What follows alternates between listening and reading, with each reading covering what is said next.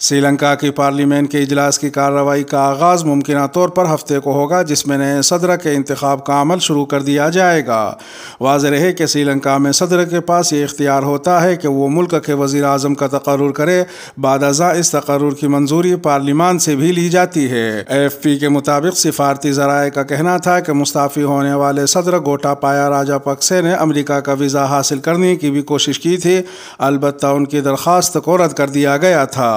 Reports کے مطابق انہوں نے 2019 میں صدارتی الیکشن میں حصہ لینے سے قبل امریکہ کی شہریت ترک کی تھی۔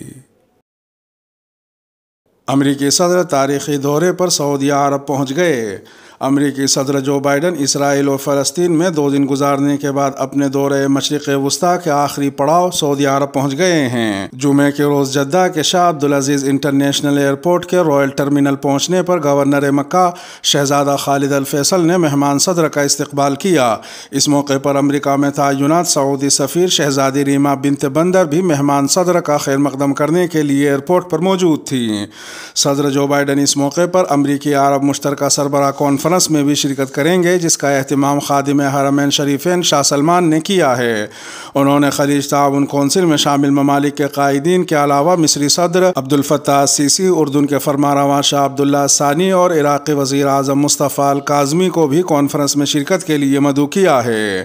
اس سے پہلے سعودی عرب روانگی سے قبل جو بائیڈن کا کہنا تھا کہ فلسطینی عوام کو اسرائیل کے ساتھ امن کے لیے سیاسی راہ کی ضرورت ہے، چاہے وہ راستہ 2 ریاستی حل ہی کی صورت میں ہو۔ صدر جو بائیڈن نے بدھ کو اس خطے میں پہنچنے کے بعد سے فلسطینی ریاست کے لیے اپنی حمایت پر بار بار زور دیا ہے۔ انہوں نے تسلیم کیا کہ 2014 کے بعد سے جاری امن کے عمل کی وجہ سے 2 ریاستوں کا ہدف بہت دور لگتا ہے۔ اس ملاقات میں فلسطین کے صدر محمود عباس نے اسرائیل کے 5 دہائیوں کے قبضے پر فلسطینیوں کی دیرینہ مایوسی کو بیان کیا۔ انہوں نے کہا کہ فلسطینی آباد کاروں کے تشدد کو روکنے اور فلسطینیوں کو ان کی سرزمین سے بے دخل کرنے کے خاتمے کے لیے امریکی کوششوں کے منتظر ہیں۔ محمود عباس نے کہا کہ امن کا راستہ فلسطین کی ریاست کو تسلیم کرنے سے شروع ہوتا ہے۔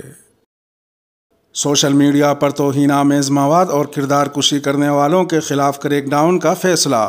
پاکستان کے وزیر داخلہ رانا ثناء اللہ کی زیر صدارت اجلاس میں سوشل میڈیا پر توہین آمیز مواد شیئر کرنے اور دوسروں کی کردار کشی کرنے والوں کے خلاف کریک ڈاؤن کا فیصلہ کیا گیا ہے۔ اس اجلاس میں سوشل میڈیا پر شہریوں کی ہراسانی اور غیر اخلاقی ویڈیوز اپلوڈ کرنے کے معاملات کا جائزہ لیا گیا۔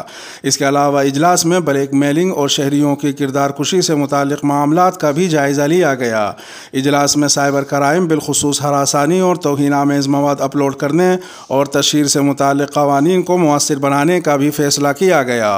ادھر ایک دوسری خبر میں پاکستان میں پنجاب کے صوبائی دارالحکومت کی ایک عدالت نے وزیر اعظم شہباز شریف کے بیٹے اور وزیر اعلیٰ پنجاب حمزہ شہباز کے بھائی سلمان شہباز کو 16 ارب روپے کی منی لانڈرنگ میں طلب کیے جانے کے باوجود پیش نہ ہونے پر اشتہاری قرار دے دیا ہے۔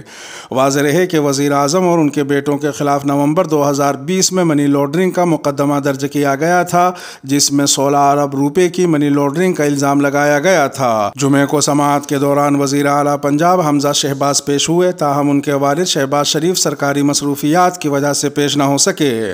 عدالت نے سلمان شہباز کی عدم پیشی پر سلمان شہباز اور ان کے ساتھ شریک ملزم طاہر نقوی کو اشتہاری قرار دے دیا۔ اس سے پہلے عدالت نے 28 مئی کو وزیر اعظم کے بیٹے اور 2 شریک ملزموں طاہر نقوی اور ملک مقصود کی گرفتاری کے وارنٹ جاری کیے تھے۔ ممتا کا کوئی مول نہیں، ہتھنی بچے کو گڑھے میں گرا دیکھ کر بے ہوش۔ ممتا کا کوئی ثانی نہیں، ماں انسان ہو یا جانور ممتا کے جذبے سے سرشار ہوتی ہے۔ ایسی ہی ایک مثال تھائی لینڈ کے نیشنل پارک میں دیکھنے میں آئی، جہاں ایک ہتھنی اپنے بچے کو گڑھے میں گرا دیکھ کر بے ہوش ہو گئی۔ سوشل میڈیا پر تھائی لینڈ کے نیشنل پارک میں موجود ایک ہتھنی کی ویڈیو وائرل ہو رہی ہے، جو دیکھنے والوں کے جذبات کو بھی چھو رہی ہے۔ ویڈیو میں دیکھا جا سکتا ہے کہ ہتھنی کا بچہ ایک گڑھے میں گرا شور مچا رہا ہے۔ بے بس ہتھنی مدد نہ کر پانے کی صورت میں اپنے بچے کو روتا دیکھ کر گڑھے میں ہی بے ہوش ہو گئی۔ ویڈیو میں یہ بھی دیکھا جا سکتا ہے کہ نیشنل پارک کی ریسکیو ٹیم بے ہوش ہتھنی کو کرین کی مدد سے باہر نکال کر ہوش میں لانے کی کوشش کر رہی ہے، جبکہ ریسکیو اہلکاروں نے ہتھنی کے بچے کو بھی گڑھے سے نکالنے کے لیے مدد کی۔ عملے نے مصنوعی تنفس دے کر ہتھنی کی زندگی بچائی، جبکہ ویڈیو میں یہ بھی دیکھا جا سکتا ہے کہ بچے کی موجودگی کو محسوس کر کے ہتھنی ہوش میں آ گئی۔ ویڈیو میں نیشنل پارک کے عملے کو بھی خوشی سے سرشار دیکھا جا سکتا ہے، جبکہ بعد ازاں ہتھنی اور اس کے بچے کو جنگل میں واپس جاتے ہوئے بھی دیکھا گیا۔ اس کے ساتھ ہی ویڈیو کا اختتام ہوا۔ چینل پر تازہ اپلوڈ کی جانے والی ویڈیو آپ کی اسکرین پر نمودار ہو رہی ہوں گی۔ یہ ویڈیو آپ کی نظر سے اگر نہ گزری ہوں تو ان کو بھی ملاحظہ فرما سکتے ہیں۔ اپنے میزبان راہی حجازی کو اب دیجیے اجازت۔ سلامتی ہو آپ پر جہاں بھی آپ ہوں۔